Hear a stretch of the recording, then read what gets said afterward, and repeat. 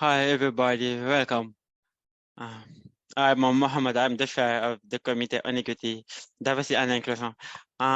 So I'm going to talk a little bit about the future vision and what it is. John, keep going. Yeah, and then so we had one session this morning, which was about women in leadership, and this is our second session of the day, which is going to talk about women in sustainability. Yeah, first of all, I want to talk about future vision and what it really is. So future vision is a two-day visual symposium. And so right now it is a visual that bring industry professionals together to discuss topics about equity, diversity, and inclusion, their importance relative to the health and of the industry, and develop tools necessary to promote equity in the profession. Yep. And for this year, we chose a theme, and the overall theme is elevate. And the first question is, how do we elevate diversity, equity, and inclusion to no hate? And the second question is, what will it really take us to get us there? So those are questions that we hope to be able to answer through the conversation that we are going to have. Yeah, okay. And the other thing is, I really wanted to take time to thank our sponsor for allowing us to do this, Hoffman Construction, APSIS, PIA, and the reception that we are going to have tomorrow evening, which is going to be hosted at the LR group. Yeah, so just wanted to thank them. And if any of you are in the room, thank you really. And then next, I really want us to do a land acknowledgement about where we are right now in Oregon.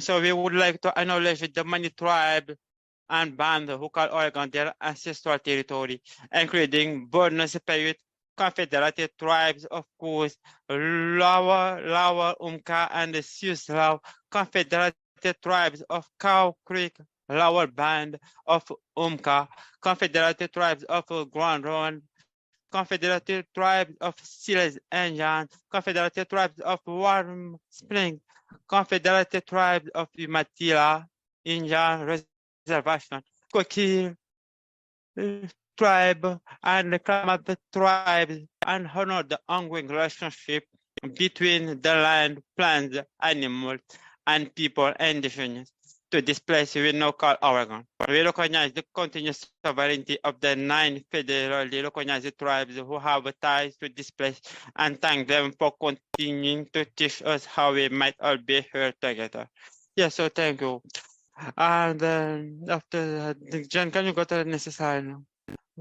Yeah. Okay. Yes, first I think we're supposed to have the committee agreement sharing.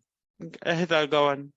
Yeah, really quickly, I just wanted to jump in again. Thank you to our sponsors, to Mohammed and the COEDI committee, co-chaired with Yvonne, who's put in a ton of effort, a lot of hard work to bring these 2 days together. So I really appreciate that.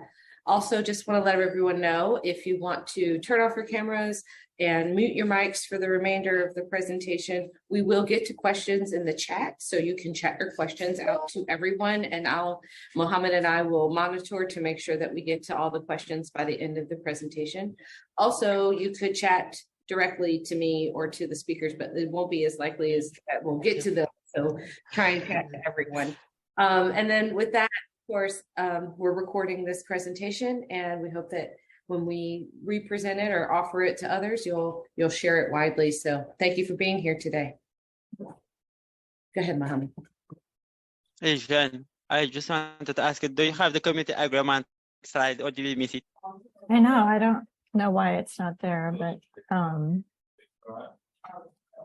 let's see if I can bring that up. Really, so I just wanted to read the community agreement, and I don't know why it isn't showing up, but I just wanted to let you all know that this is a space that we are sharing together. So please give grace and acknowledge that somebody else is speaking, and be mindful and raise your hand if you have a question. Just do the basic things. Yeah, nothing more than that. And now I'm going to let Jen get on the mic, and yep, Jen, you can take it from me. All right. Thank you. I hope you can see that okay. Welcome and thank you so much, Mohammed and Heather. And I'm really excited to be here. My name is Jennifer Wright, and I am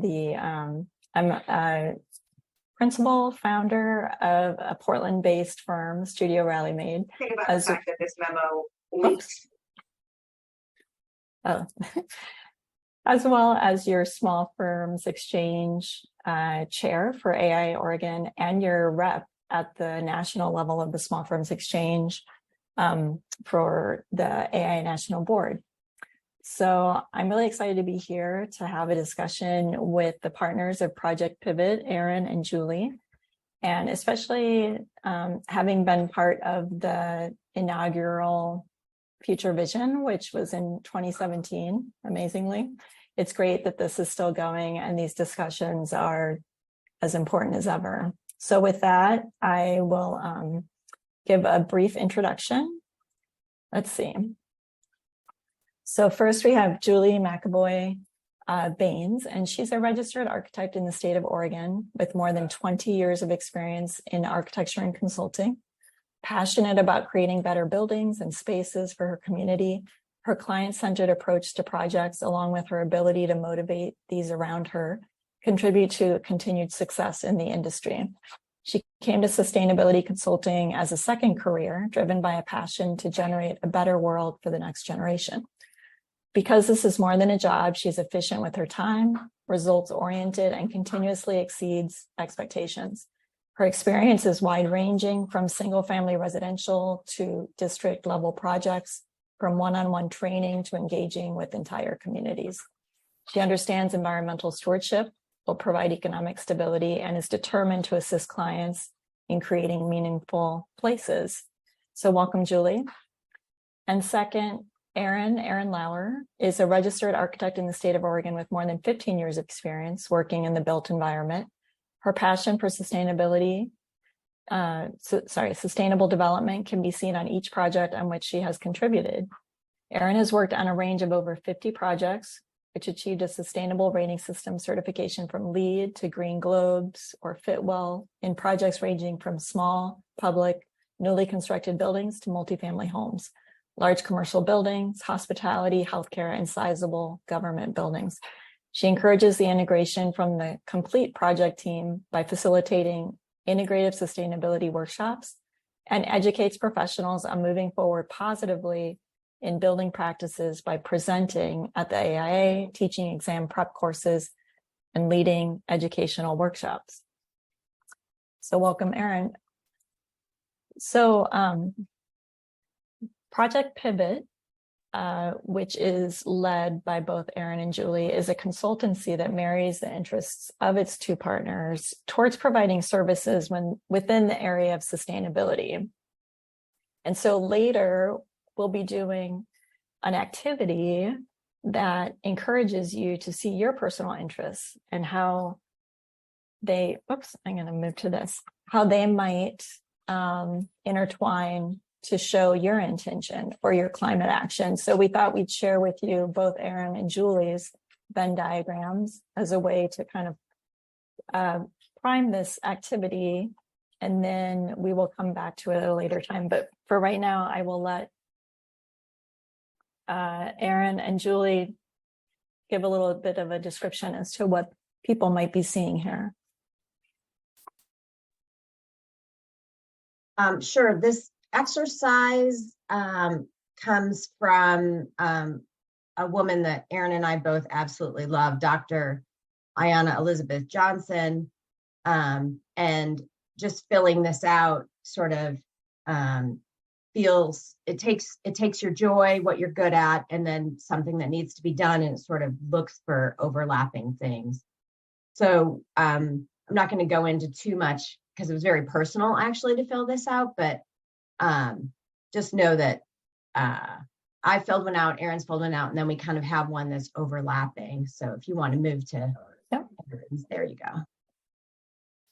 So yeah, if you want to look it up, Dr. Ayanna Elizabeth Johnson does a TED Talk on this and how to contribute to climate action via kind of these overlapping, what brings you joy, but what are you also good at, and what is the work that needs to be done.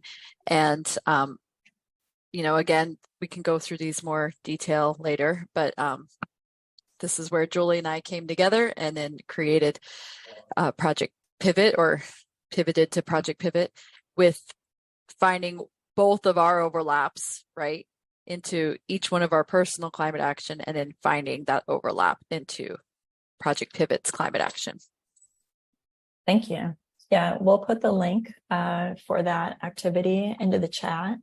And it really strikes me that running a small business, advocating towards sustainability, everything that we do really requires intention. So this is a great activity to really focus on that.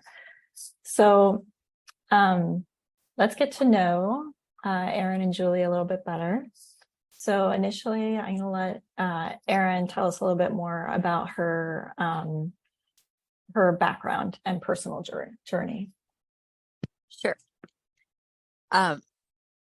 So I've been practicing helping the surrounding environment, that was the word, when I was growing up, right, since being a small child.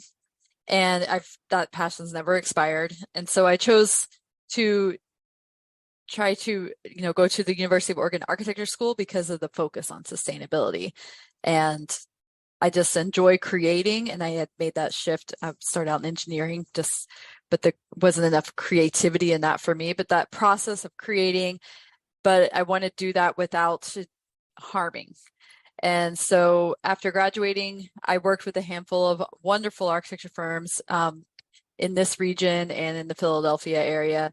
And in each one of those spaces, I found a seat on the office green team, or if there was not one, created an office green team with others in the office, or worked to have sustainability advocated for on each project, until I found the path solely in sustainable building and training and consulting. And because I'm passion driven, this just was the right niche for me. I had to do this. Working long hours, picking up red lines while listening to podcasts just didn't fill my cup. It sustained me for a while, helped me get through those AREs, helped me learn everything I needed to learn. But then I wanted to pivot into this direction, right? And practicing sustainability not only allowed me to follow my passion and be motivated, but it also enabled me and still enables me to boost others with a positive impact and to find a more impactful role or larger role, especially when I was in an office environment with many other architects. I could work with each one of them on each one of the projects, and that was really exciting. And I'll let Julie go ahead and chime in. Okay. So I'm actually having like my body is fighting the planet right now. My allergies are just crazy. So I'll try not to cough, but I cannot promise. So as Jen said in the introduction, I actually came to architecture as a second career. I'm actually from Michigan, kind of like right about here, just outside Detroit. So my first time that I went to college, and my degree is in business from Michigan State. And so I've skipped across the country, lived in a few different states, and had many jobs before I got to where I'm at now. So I had the privilege actually of having a family that supported me all through that first college. I was able to graduate with no loans or anything like that. And then they also helped me buy my first house. And I realized that gave me that jumping point that, provided a lot that not everyone has. So thank you to them. And then, we were flipping houses, and I was hiring architects, and I was realizing that portion of my life was way more fun than the actual real job that I had. So I was in my 30s. I had 2 little kids, and I told my dear sweet husband that I wanted to be an architect and I wanted to go back to school. So I did that. And that was when I learned that there was a different way to do design and construction, that this concept of sustainability, that there were passive strategies, and that vernacular architecture was something, and you could actually work with nature instead of fighting against it. And so it was during school where I found sustainability. I had to go to Portland State. And so I got a second bachelor's degree, and then actually a master's. And in between those two, I worked with Summer Fowler at EcoReal for a number of years. And she taught me a lot more about actually what it means to work in the sustainability firm. But I was still wanting to be an architect. And so I did go back and get that master's, and then tried my hand at a firm, right? I graduated, I got a job. And then I sort of realized that not the firms didn't always have that same ethos that I was looking for. But, you know, I would have projects canceled, so I would get laid off. Then I'd get another job with a different firm, and then that project would come to an end and I would get laid off again. So there was sort of this ebb and flow of what am I doing? Is this really what I want to do? And at that second layoff, I had already passed all of my AREs and I was a licensed architect. And that helplessness and that stressful feeling of being laid off from the firm life, I guess, as you say it, I decided that I was going to start my own company and I was going to be in charge of my own time and my own hourly rates and take the contracts that I wanted and be able to have multiple contracts going at the same time so that I wasn't only working on one thing. And so that setting up of that company and working for myself is actually what established the roots for what is Project Pivot today. And so in that capacity, I went back to Summer with EcoReal and worked more with her and did a few ADUs and worked at the Port of Portland with my friend Dave Kalem and was able to volunteer at AIA Coat and with Sustainable Building Week. And so I was still able to keep my finger in that sustainability realm, but still working as an architect. And you know what? Life was great. I was making good money. I was saying no to projects I didn't want to do. But to be honest, something was still sort of missing from my life. You know, was I making enough of an impact? Was I actually too comfortable? I wasn't having uncomfortable conversations with people. I was just kind of still business as usual. And so I've got some notes here, and I say this is then I met Erin, right? So this is supposed to be when we transition into like,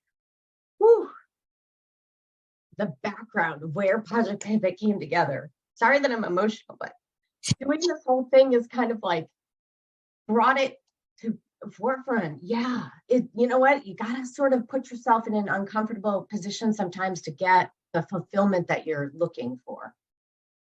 So, Jen, I think we're going to transition now into maybe how Project Pivot came together. Yes. And in that, do you talk about where you guys met? Specifically? I do. Oh, yes. Good. Okay. So yeah, this is great. Thank you for sharing that. Sure. So I met Erin at Coat. And she was, like she said, sort of in that larger green building firm already. And we had met a few times outside of the Coat meetings.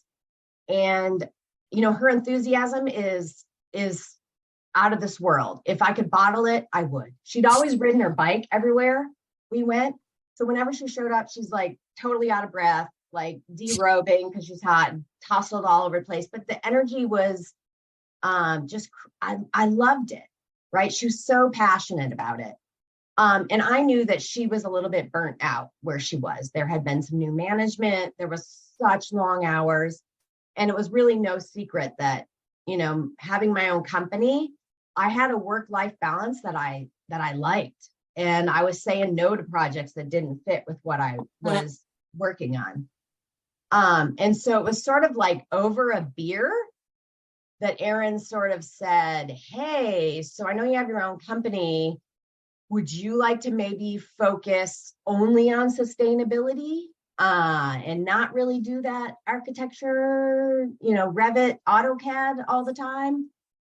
And so I said, well, oh my gosh, you know, I've done that, but I've always sort of been underneath somebody else, never done that completely. And she convinced me that we could do it. and that she would join me and she could help me and she would find the work. And so hence the name Project Pivot, because we both were pivoting. We want to pivot the industry. We want it to be more sustainable. We want people to think about the products that they're putting into buildings and the choices that they're making. But it was also a pivot for both of our work-life balance and just the direction of the company. So, it felt right, a little bit scary. And then we planned for her to come on board with me March of 2020. I still had some contracts in place, so I knew I had work coming in, and I'm also super conservative. Thank you to my dad for making me not buy things if I can't afford it. So I had a bunch of cash in the company. And so I knew that we had a firm, stable place to start from.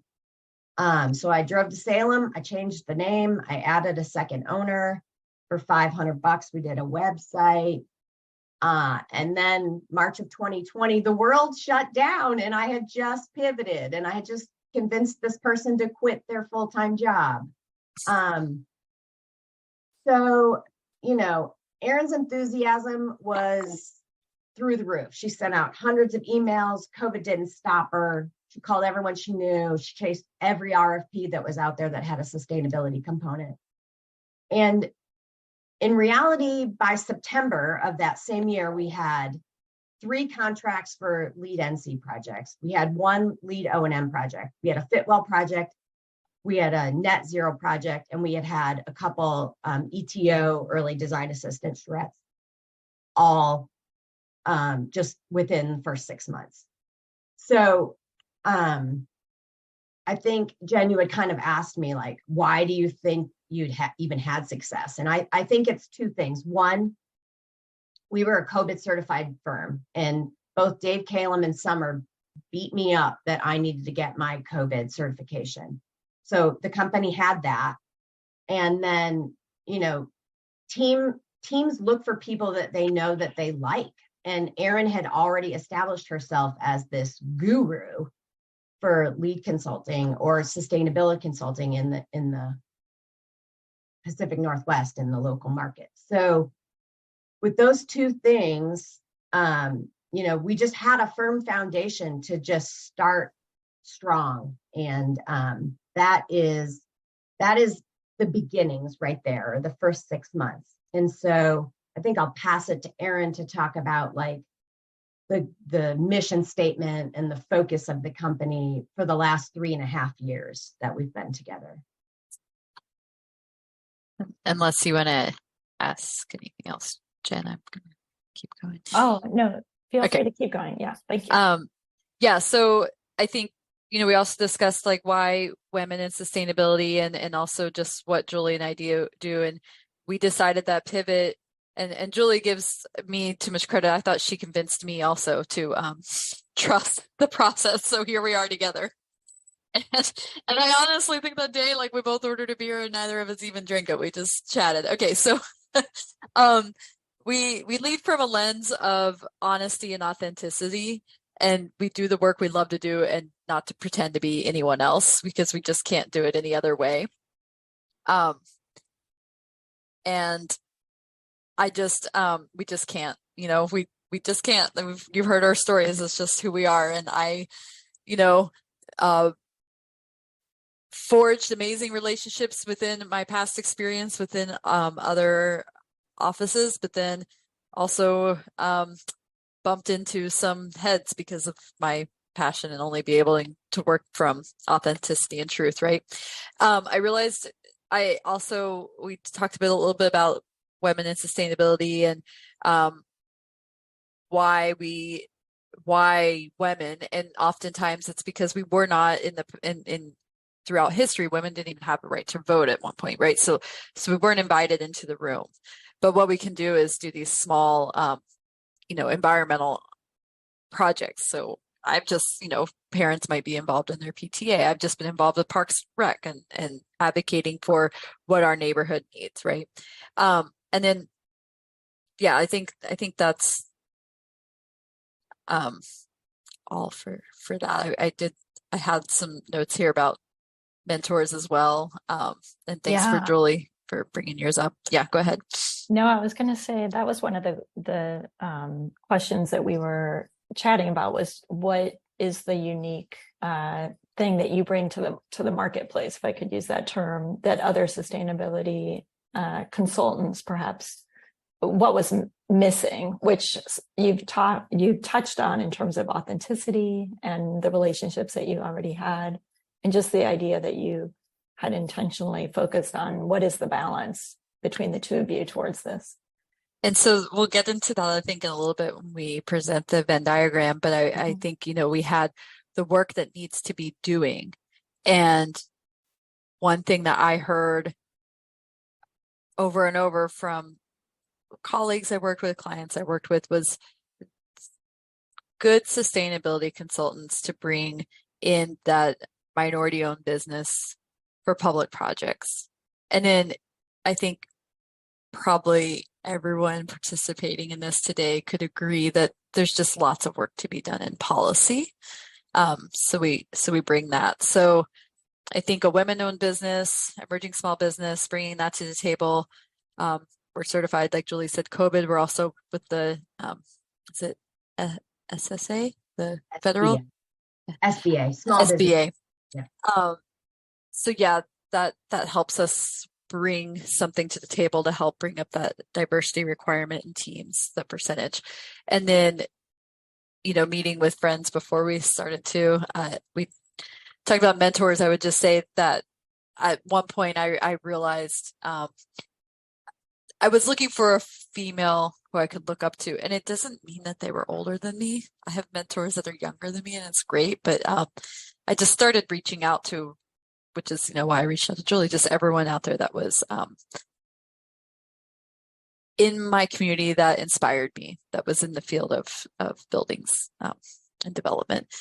And yeah, so they encouraged us to begin this business as well, in the realm that we could provide the need and do it well. Yeah, and I like the idea that if you want to go somewhere, but you don't see the path, but you see somebody doing it, reaching out to them and making those connections, it starts to create that path that you need to work towards, that you can kind of start from the end and work back to where you are in terms of where are the gaps, and continually reevaluating where you are. I mean, that's not an easy thing to do, as you were as well, both of you were describing that in different parts of your career. So I'm curious if you want to go over these case studies and just kind of show some of the projects and some of the work that you do. Yeah, first, also, I did say, I think Julie asked me to mention a little bit. We had kind of put together, our goal is wellness, both internally and externally, for all communities and living beings. So it's ourselves, it's our communities, all communities, our environment, all environments, and that we just love to learn and adapt each day. So Julie, I'll let you go ahead and talk about this. We might even go back a slide to that quote, Jen, that was Yeah, so this is, Erin had to convince me that I had only been doing sustainability consulting for like 7 years, right? And in my mind, that wasn't long enough to have that be the focus of my business, right? Because I was like, well, I don't know everything yet. And so I guess the point of it is it took somebody telling me, Julie, 7 years is the business, it isn't even the same business from 7 years ago.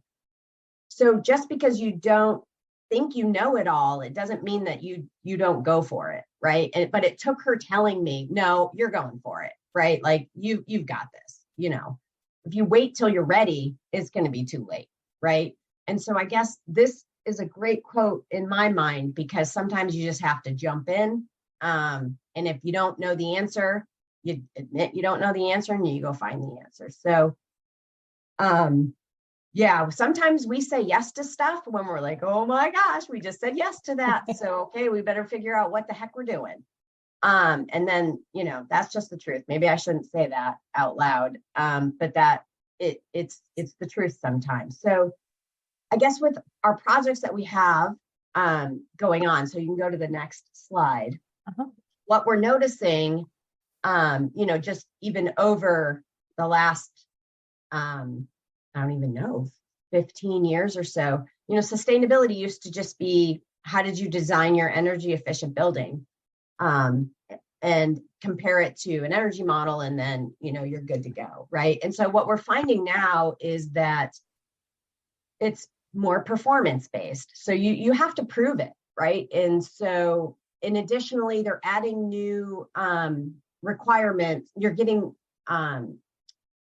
evaluated based on things larger than energy and water. So, for example, if you go to the next one, for our Fitwell project, there isn't even an energy and water component to Fitwell. It's about the people that are going to be using the building and how does that impact their health and their lives and their activities. So if you go to the next slide.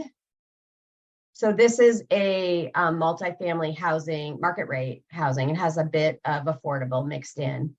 But it's a Holst project. The owner's Killian Pacific, and it's up in Washougal, and it's going for a Fitwell certification. And two of the strategies that they're called that we found sort of interesting that we wanted to highlight, if you went to the next one, is what sort of healthy programming do you offer to your community, to the residents for free? And it has to be once a month.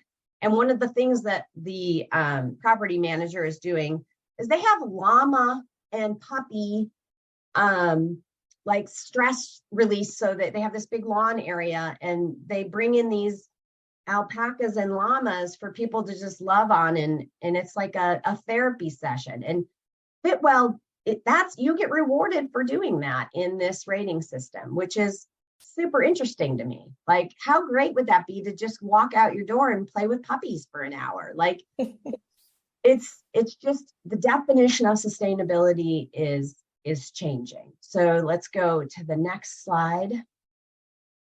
The other one that's interesting with Fitwell is that you have to provide internet access free to your residents, and there's multiple ways to do that.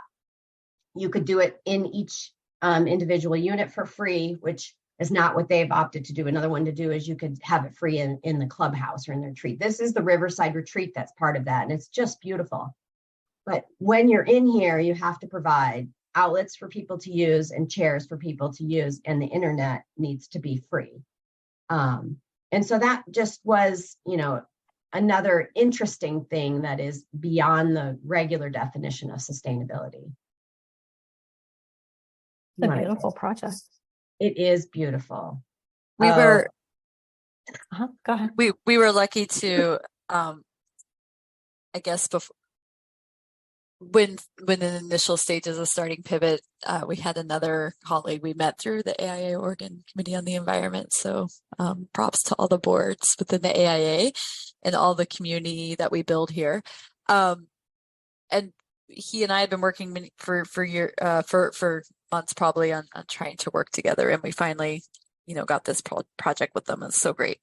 And so there are ways to, as Julie said, sustainability expanding to not just, this was always the argument behind LEED. Well, okay, you modeled it. Is it really performing correctly or accurately, right? And so then all this data came out about, high performing buildings and what are we actually doing? And so now there's all these certifications for proving it. So ILFI, the International Living Future Institute, has a certification for zero energy and one for zero carbon. LEED also has one. And so with housing, it would be a gamble, especially in the beginning, for this client to take on trying to lease these units. They're marketing wellness through the Fitwell, but then to do zero energy would be difficult for each unit. We can't control what those residents do, but the Riverside Retreat seemed a great place to apply this zero energy certification. We can go to the next one. So this requires that the projects, this is a drone from the contractor they shared with us, R&O, and they, have the solar photovoltaic panels on the roof. And this is to offset any of the energy demand and usage by the building. And this just it requires proving for 12 months of occupancy of 75% or higher that the energy usage is either at zero or producing more than the demand. And we can keep going. So in that regard, we haven't started reporting to the ILFI yet. And, we work with the ILFI, we work with interface engineering, trying to get this building on track, and it's modeled to perform as net zero. But as we're moving forward, we're figuring out some occupants behavior and some training and education that we might be implementing there. There might be some signage that has to go in place to let occupants and users know that this is a net zero building, because sometimes the doors are left open, or there's a fireplace that's running, or lights are left on. And so we're just trying to work with occupant behavior as another part of this sustainability expanding beyond just energy and water, right? Keep going. There's also for leadership in energy and environmental design. You can go on. We're mostly familiar with those 8 categories. But what we did is there's the innovation credits. There's a lot of pilot credits out there for having and some of them, involve more equity. And so there's all gender restrooms, which I think almost every project we've been working on certification for since the pivot to pivot has had all gender restrooms included. And one aspect of that is that menstrual hygiene products must be provided, which is fantastic. And then there's equity in the project team is another one we frequently pursue on projects. So lots of opportunity as this definition of sustainability in buildings expands. You can go ahead, Julie. Sorry, this is going to go back to the prove it, right? So one of the projects that we just actually wrapped up was a LEED O&M version 4.1, which is completely different than version 4. So the Metro Regional Center, which is the Metro headquarters, they just were certified gold with 77 points. And if you go to the next slide, it's all, you have to prove it. Like it's not prescriptive based anymore. The ARC system, you put in your water bills, you put in your electricity bills, and then you do a waste audit, and you talk to your employees of how they come to work, and you have real-time scores. This is an actual screenshot of theirs since certification. So they're at 7, they've dropped 6 points or 4 points actually since certification a couple months ago. And that's mostly because their waste audit is not, it's too old now. So we have to do another waste audit. If you look at these raceways here that they have, you can see that the waste one has no points in it. So, but they keep putting in their energy bills and they keep putting in their water bills. So they will continue to see their real-time score of how they're doing compared to other buildings. It also provides a greenhouse gas emissions per FTE of how much the building is using compared to other buildings that are in the system. And so you just have real-time data of how you are performing. So if your water is not doing well, maybe you're going to have to internally talk with facilities and see if there's something that's amiss. Is the irrigation running too long? Is there a leak somewhere? Or so it's just that, proving it and the proof is in the pudding sort of thing is seeming to be the new way that it's things are moving. I'm curious about in general, like what the challenges or what any challenges that you have run up against, and maybe what are the aspirations for future projects? Like, what are gaps or opportunities that you'd like to be involved with, but these projects maybe haven't come across your desk yet? We've been working. One thing that I'm excited about is that we're working more into working with government entities on policy. And we did work with Metro on updating a sustainability policy or reviewing their update and reviewing the International Future Institute core green building. And we're excited to work on a core green building. It's crossed our desk several times, but hasn't come to fruition. So that's maybe one. Mhm. Sorry, I'm on mute.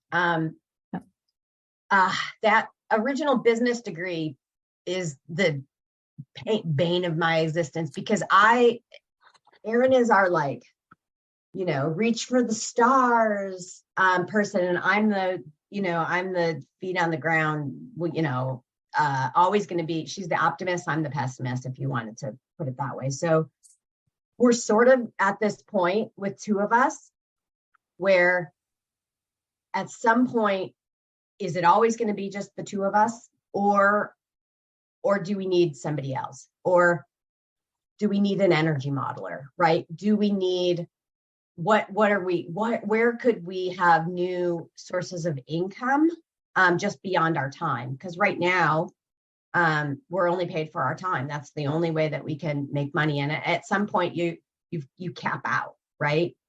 And so that would be where I see our challenge is, do you grow? Do you stay?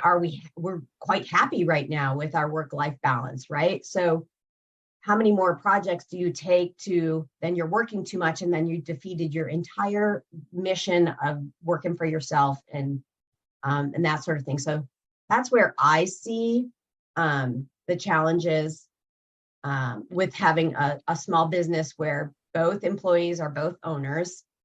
And, we're both completely invested. If we have an employee, all of a sudden I'm in charge of somebody else's livelihood, which is super stressful.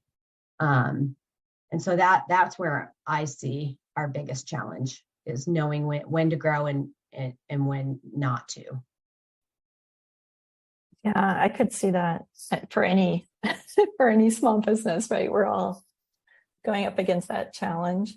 As we move into this activity that we talked about initially, I did want to say that even though you both did the activity and it proved to be coming together as partners for Project Pivot, there's a lot of people that perhaps are in a situation where that isn't a good fit, right? So part of this activity is really figuring out what feels right for you to promote your own intention within sustainability, right? So we're going to do a couple, I know Erin had a couple examples of just people's personal effort towards that, of how they integrated sustainable strategies in their own life.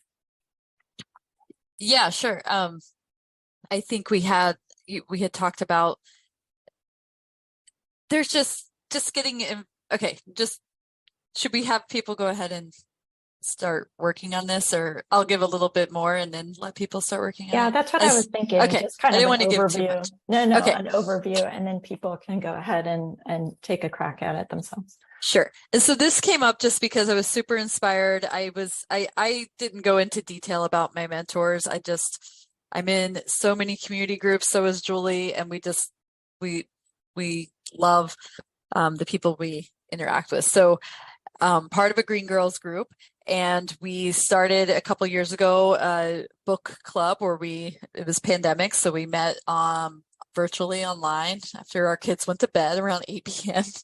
And we read through All We Can Save, another one edited by Dr. Ayanna Elizabeth Johnson and Karen Wilkinson. She's on the next slide, so we'll give her credit. And they also have it's all female, all articles written by women, and just really inspiring. And there's also a podcast that kind of went along with it. And in that podcast is where I first heard of this Venn diagram, and the reason why the what brings you joy is part of it. Because we all raise our hand. Well, what can we do? What can we do? What can I do to help? And it's not just saying like, oh, go pick up trash on the side of the highway one day and you're done. This needs to continue every day, continuously, because we're in a crisis and we want to make change. So what brings you joy is really important. Doing something that feels good, that makes you happy. If it's knitting, then figure out how to make knitting your thing. Or if it's being out in nature, then get out and clean up trails every day and get out in your environment, finding what brings you joy. Or being with your community, right? What are you good at? So looking at what resources or skills you already have, and then looking at what work needs doing. And so the example I brought up with Jen, that Jen's kind of speaking to, was there is a wonderful group in town that leads it's called I can't remember, but they lead the Agent of Change class. And someone can chime in the chat if you remember what the Center for Environmental. Anyway, what is it again? Sorry, Oh, Jen? no, I was saying Center for Environmental Justice. I don't know if No, that's it's correct. something No, it's different. But anyway, Okay. I'll look it up and I'll try to put it in the chat.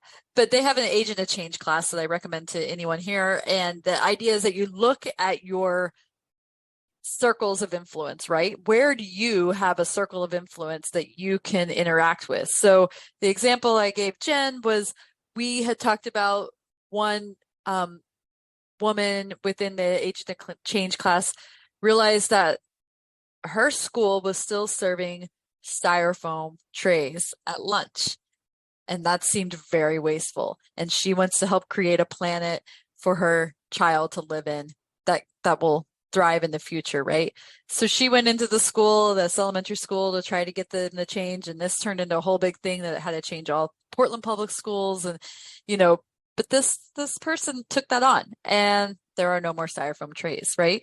So it's just finding where you already overlap. Where do you already exist? You don't have to start new. You don't need a fresh blank sheet of paper. And I'm talking to hopefully or probably architects here. So I always look at it as, you don't have the blank sheet of paper, but you might have what you already have, right? So it's like, you don't ever start a project with no budget, no codes.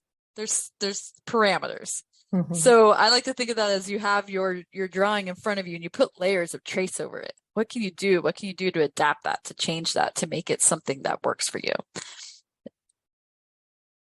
Yeah, thank you. I want to give everybody, we were gonna, 12:50. So we can give about 5 minutes or so to do this on your own. And ideally, some people will share. We can talk about it after that, before we go into our Q&A. So I'll come back at 5 minutes. So take this time. You can take a break as well. And you can take pen to paper and hold it up to Yes. the screen or whatever feels good to you. Yeah, we'll do a screen share in 5 minutes. All right. I'll stop mine. I will just chime in here. If Yes, anyone go ahead. wants to be extra Zoom savvy, there are whiteboards in Zoom now that you can use if you want to make notes on your whiteboard, and then share it afterwards. You could do that. So there's also that choice. That is savvy. Yes. I think I'll leave this up though while people are doing this. I did just click on it and it says you cannot use a whiteboard during a screen share. Oh, well, we have to wait till then. Okay, fair enough. Oh, So you'd have to make your notes, and then if you want to share in the moment, you could go to your whiteboard and draw it for everyone. got it. Maybe I'll stop sharing in a minute so everybody can do that if they wanted to.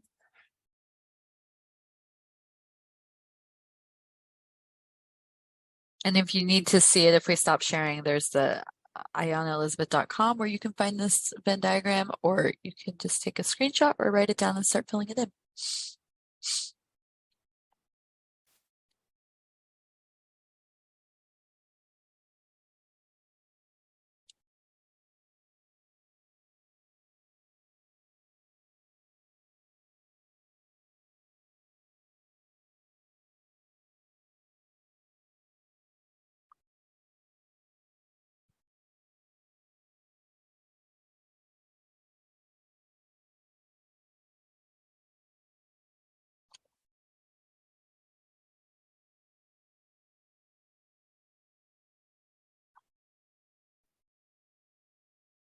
If I could also, in the meantime, while people are working, I'm just going to take a moment to plug some other things that are coming up for AIA Oregon. We've got October will be upon us shortly. Before we get to that, we have a golf tournament in September.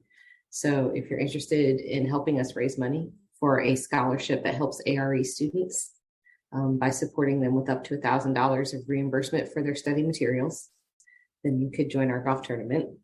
And in October, we'll be hosting Green Champion Summit, which kind of ties into this conversation a little bit. It's focused on sustainability for Green Champion Summit, and it's part of Sustainable Design Week in Portland. So you can find more information about that. I believe that's on October 9th, and you can find that on our website too, on aiaoregon.org.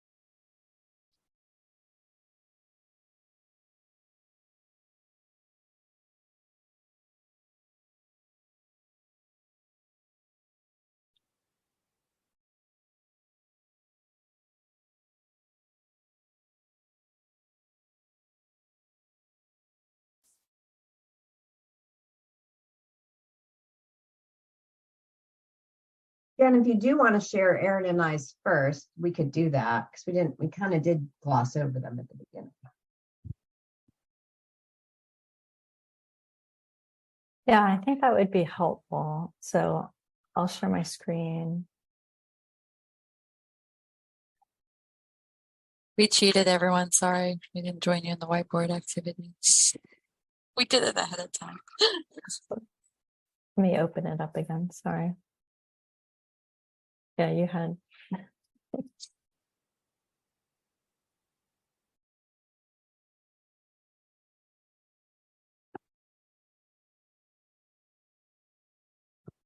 Okay.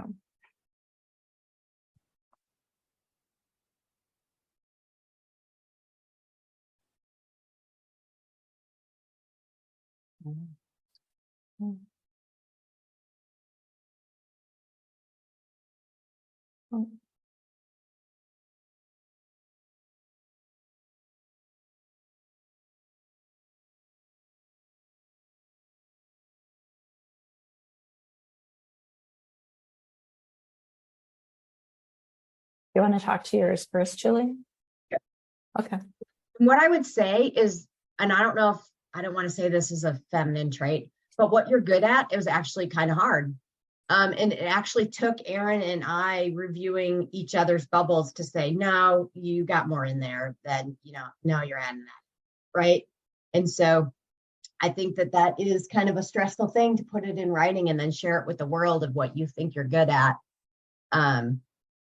So just, breathe and just put it out there. Like, so what brings me joy is I want to be in charge of my own future. I love teaching. I love learning new things. I love feeling like I'm making an impact, whether it's in sustainability or I've coached soccer before, and I love it when these kids have a blast. And then I find out that they're playing soccer when they get to college intramurally. It means, okay, I made it fun. And so that sort of I feel like that was an impact. And I also like feeling like my work matters, right? So what am I good at? I feel like I'm good at explaining complicated things. I'm good at having uncomfortable conversations. I'm really good at managing finances. And then I remember stuff like for years and I don't know why.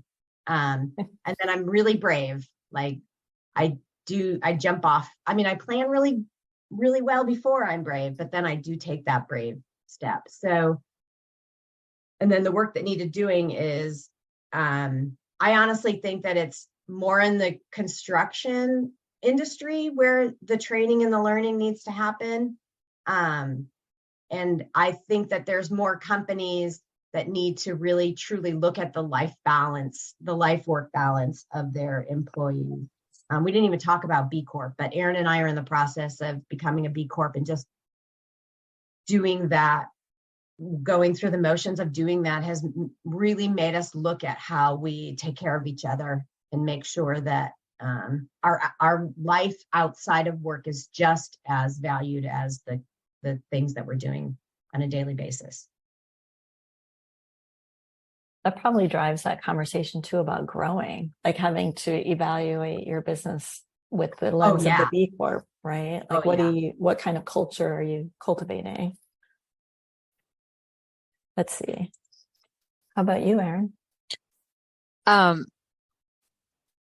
Yeah, this is putting yourself out there. Okay, so I do love collaborating to find creative solutions, and that's a crossover for Pivot. So those who've worked with me, I love leading the workshops, and Julie does too. And we like to listen and work integratively with the team, with everyone, with, the mechanical engineers, the energy modeler, the facilities operators, everyone. And I love learning, I love teaching, and I just feel like, gosh, there's so many things that bring me joy, being outside, being in my community.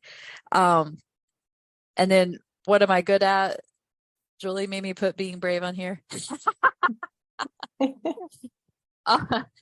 Sustainability consulting, hopefully, since that's what I'm doing every day.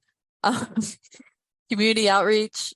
I love to solve puzzles, and I guess I'm good at being optimistic. And we kind of talked about this too. Like, there's enough doom and gloom out there. I mean, we're in the right business right now, because if you've heard the news at all this summer, I swear I turn on NPR or Democracy Now, and it's just every story somehow relates to climate change. There's like maybe 1 out of 5 that doesn't.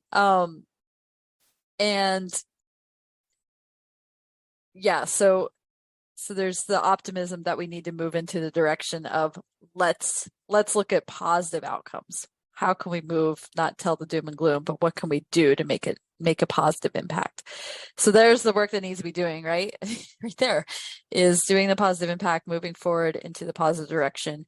And then, like I said, the public projects, there's a lot of requirements with governmental entities, public projects, regionally, statewide, nationally, that require some sort of level of certification. There's incentives allocated with a level of sustainable building certifications, or hitting a certain EUI target, or installing energy efficient systems. So there's lots of things out there that help give us that opportunity to step into a team. And then also there's the idea that the policies need to be updated, which I mentioned before. So there's work that needs to be done. And that's where we come in. But I would just chime in here that if you have anything, like I said, that you're already involved in, or what brings you joy, I love being with my neighbors. So we had a block party this week, I love cycling. So, and like Julie said, coaching soccer, I did that too, and seeing the impact on the kids. And cycling, there's the Bike Transportation Authority, right? There's ways to get involved in doing what you love doing, and to do something that can sustain you doing it every day. I appreciate that you've been able to maintain your optimism, right? I feel like sometimes people join forces and it doesn't, it's not sustainable, the optimism. So I feel like your joined energy is coming together for even a stronger effort. So that's wonderful. So I'm going to then bring it to Project Pivot. Yeah, see, I just never got it. Oh, there. And I was going to say, in terms of the COVID certification and collaborating with larger firms as a small firm. Those are all discussions that we've been having a lot in the Small Firms Exchange, the importance of that, and keeping each other accountable for going forward in that process, because sometimes it doesn't feel like there's going to be anything that comes from it, you know. So it's good to hear that it has been helpful towards your progress. Yeah, and we just, as Julie had people, thanks Julie for getting us COVID certified and had people recommending that she does, we recommended other people that we collaborate with to do that as well. And agreed with meeting up with other small businesses and collaborating together and figuring out how to hold each other accountable. What brings us joy? I actually meant to chime in about the work-life balance too. That's super important. My life was just too stressful before, and I knew I needed to be a part-time worker. And part-time typically means in a full-time office environment. Part-time often means 40 hours, full-time 60 plus, right? So, I wanted less 40. I want to spend time with my babies. I want to be out on my bike. I want to be doing yoga. I want to spend time with my husband, with my family that's not even in town, right? And my friends. And so that was important. We both love teaching, learning. And we both, like Julie said, being in charge of our own future and contributing a positive impact. Do you want to talk more, or do you want me to keep going, Julie?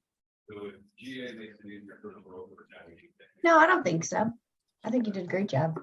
What we're good at, simplifying and finding creative solutions to complicated problems. Both of us feel that and do that well. Managing a business that supports employees and community outreach. And then we had talked about the work that needs to be doing, and everyone needs climate justice and climate action solutions. So those are integrated now. It's together. And then industry education. And Julie and I love this part. Listening to all the ideas, collaborating, simplifying them to something that can work, and coming together as a team, and then using that to keep educating, right? Julie and I both love educating with clients, building owners, architects, contractors, and Julie, you really love also doing some of the product education on what sustainable products are, and really dive into that. That's really cool.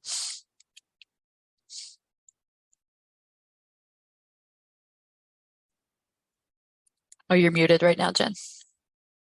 I knew that was going to happen. Thank you. I'm going to stop sharing. And then we can open it up to anybody that would like to share on their screen. It's not. Let's see some climate action. Now is the time for sharing. Now is the time for sharing. Exactly. Oh, here we go. Yay. Yay. Catherine, do you want to talk about your...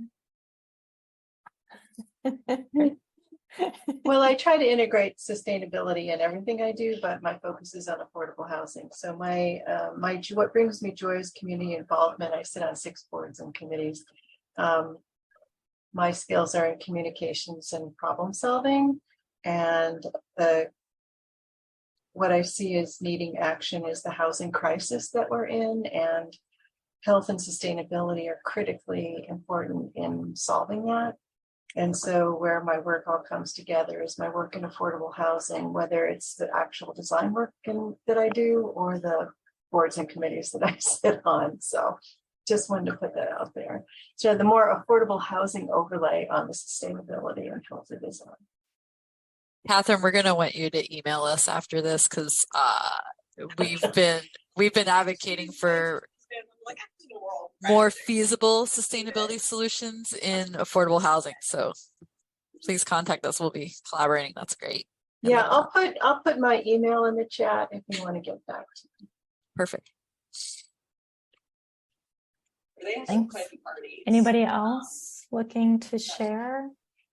I will share mine, although now I realize like I don't think anybody can read that because it's just scribble. Oh yeah. But I know it's terrible. Nobody can read it, but I'm finding it's similar to what you were saying about industry education, I guess. But as a firm that does mostly residential and smaller projects to that, like additions or remodels, working with contractors, and finding that balance between, you know, I want to be innovative and progressive and use best practices, but at the same time, there seems to be a lot of builders that are all about the way that it's always been done, you know, so just kind of pushing that needle as a sole proprietor and wanting to be really cautious about these small projects and the budgets, because that gets pushed back a lot about like, well, then that's just going to cost your client that much more. And it's like, well, should it though? So that's, I guess, part of what needs doing, and just integrating with more groups and communities, like you said, I think is the way forward to that. I see a hand up from Kathy. Do you want to? Yeah, go ahead. Oh, you're muted. Of course, I had to do that. I just want to say, Jen, one of the ways that I found in helping to level the playing field is to be really at the table when zoning codes are being written. And it's critically important to level the playing field. So if everyone has to do it, it's sort of built into the costs. And so I will confess, though I have done quite a bit of work up here in Oregon, I still work mostly in California, and maybe they've gone a little overboard on requiring everything. But if everybody has to do solar on all housing, it's like, okay, well, the price of solar comes down and everyone has to do it. You can't push back, you know, that kind of thing. So sort of being at the table for both building codes, if you have the opportunity to do that, but zoning codes are very local, and you can definitely play a role in your community if you reach out and say you want to be a part of technical advisory committees. So, you know, I just wanted to mention that that is one way that we can each individually make a change in the built environment of our communities, is that kind of outreach to the decision makers. That's a great point of just knowing kind of your circles of influence too, and not just thinking about your daily, who you're working with daily, but as you said, like in a larger context. Anybody else wants to share?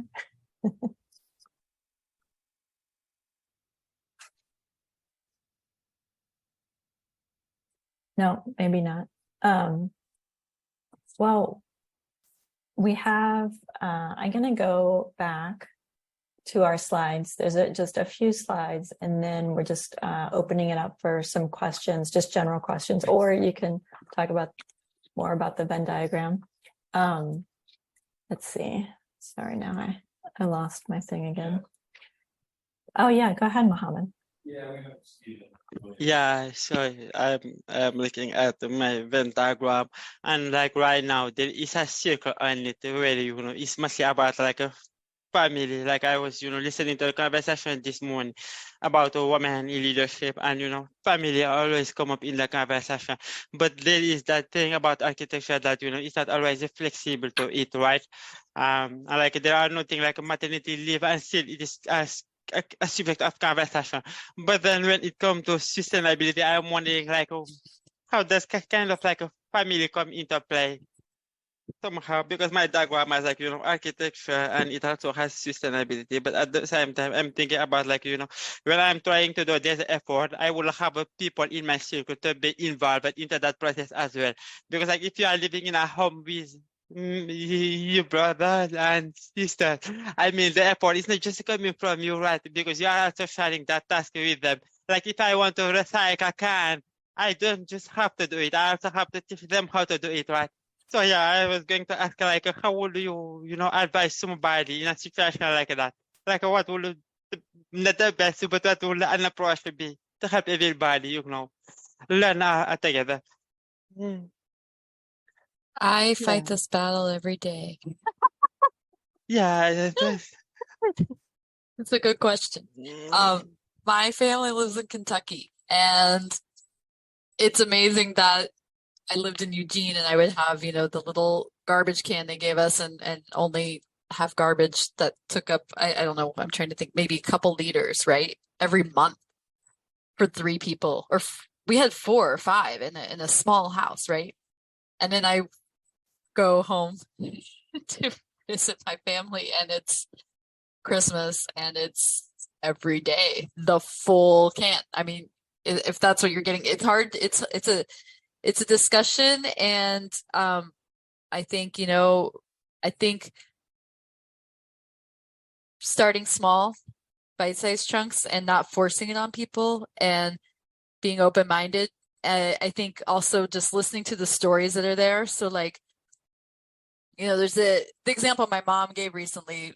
Just hearing stories, right? To everyone, like no matter what political spectrum you're on, we all like nature. You can't say you don't like nature. You can't say you don't like people. So like one of the stories my mom gave was, she said, I'm used to having winters in Kentucky where she is, and we don't really have winters anymore, I've noticed. She said we just have, it used to be sustained few weeks or months of winter, and now we get, a few days here and there of winter. Snow comes for a day and then it goes. And it's hearing those stories, or a fisherman that said, I used to come out here and catch a lot of fish, and now it's just hot and the water's low and I'm not catching a lot of fish. And that is, I guess, just approaching and hearing the story. So if you live with your brother or with someone, like, what is the story? And, maybe they're still going to drive. My brother loves to drive a big truck. He comes out to visit me, rents a big truck every time. I can't change that, but what's the story that if you live with your brother that you can ask, like, well, what have you seen change? And then work from that story. What do you want to see change in, so that you're open-minded to that person's perspective and not just forcing something onto them. I don't know if that's helpful. No, I think that's awesome. Right. I mean, yeah, it's awesome. And then just thinking about it and the way you put it, because, like when I'm in architecture and sometimes talking about sustainable project, and then I am at home where, things, and okay, is everything sustainable, like everything around me, I don't know. So like, okay, I'm pushing for this, but also how do I help, the people around me, not to say I embrace it, but also be open to listening to, all the effort they can make also. Yeah, so I think that's good. Yeah, thank you. Kind of goes back to that quote too. I keep thinking about that. You might not be ready, but you probably would never be ready. So you might as well move forward. And that's something that I think about with the 2030 commitment about my projects. Like, can my projects sustain that? But that's not necessarily the question, really. It's more about just the steps forward. So I appreciate that. Heather? I didn't exactly do a Venn diagram this time, but I kind of know my overlapping layers of protecting people, and specifically women and brown bodies in the built environment, with my passion for policy and understanding and having the stamina, because everybody doesn't have the stamina to listen to or read through layers of legalese. I'm a weird wonk that way, so I'm cool with it and I like doing it. Sometimes though, my challenge is overlaying that with I think the theme everybody is saying, some people aren't necessarily ready for the message or the imperative. One of my favorite books is Organizational Communication Imperatives. It's about the Challenger shuttle and how there were lots of different communications along the way about those O-rings that ended up being tragic, and how we could have communicated better to prevent such tragedy. And that's a communication imperative, not unlike our environmental imperative right now. And so the thing I've been trying to share with people is, it might not be your interest and it might not even be your passion, but it is definitely your problem right now. And so it's an all hands on deck situation, whether you're passionate about it or not, you're impacted. Mhm. And that's kind of where I'm at with the conversation. Yeah, thank you. Anything else before we go back? And we'll have a little bit of time at the end for more questions. But I just want to make sure to share all the information.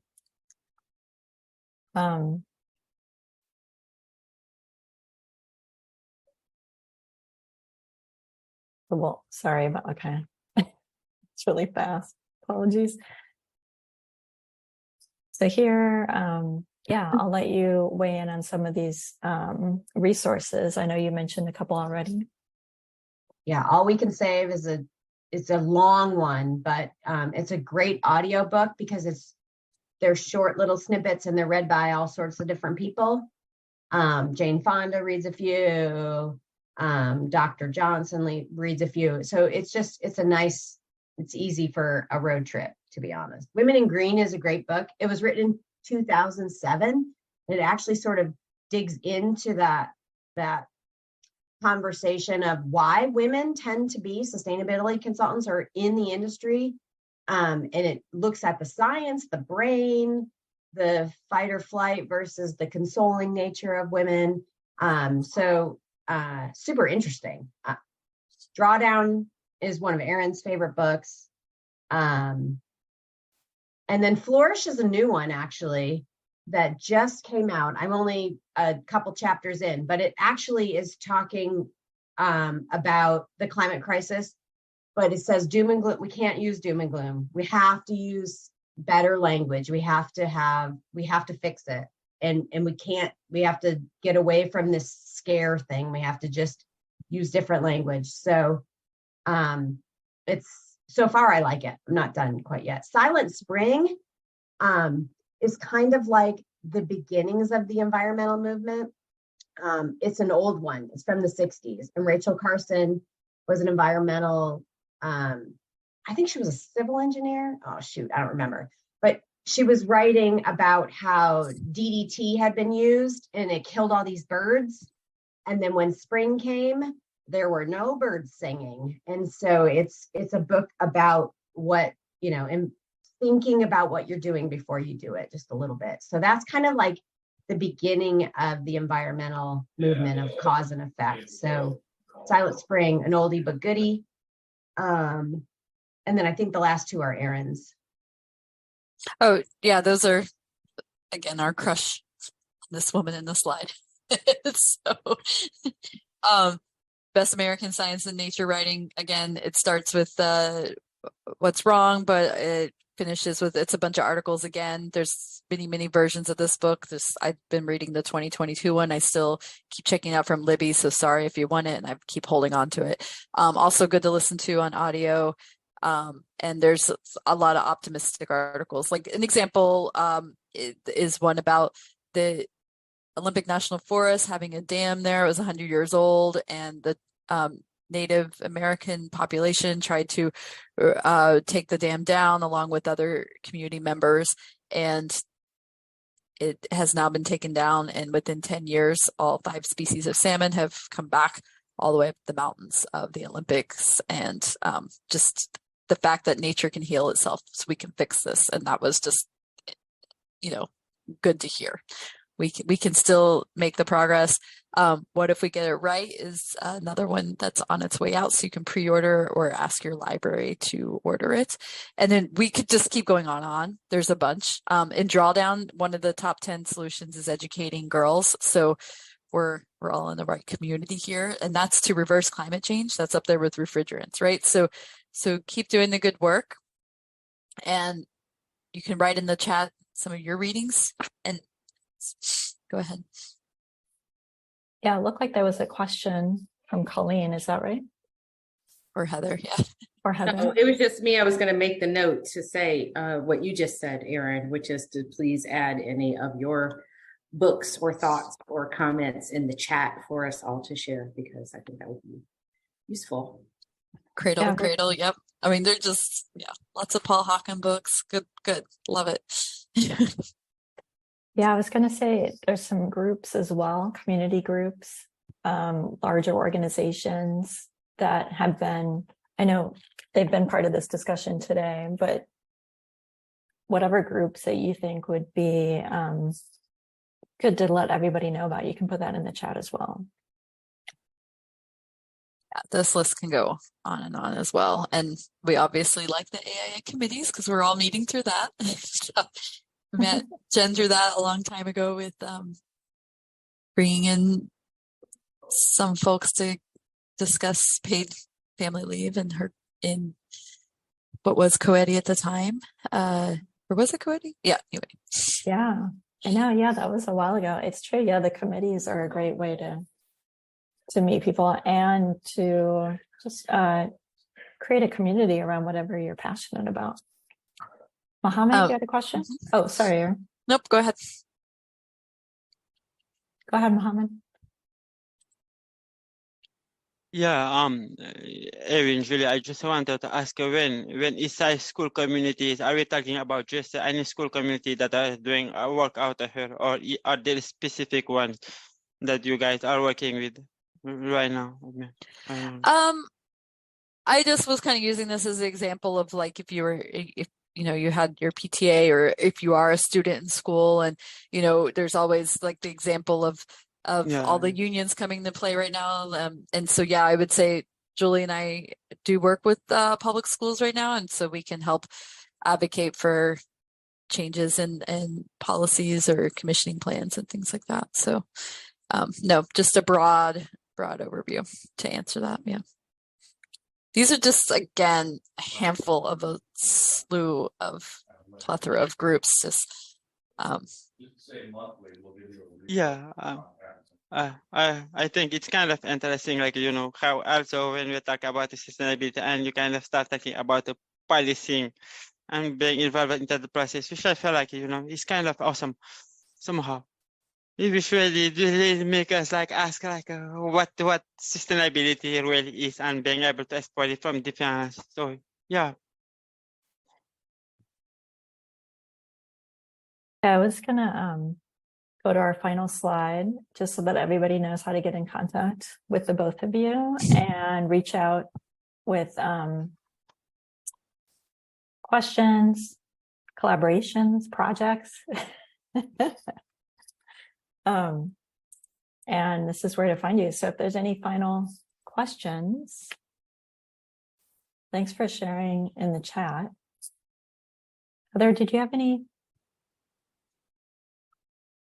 anything else?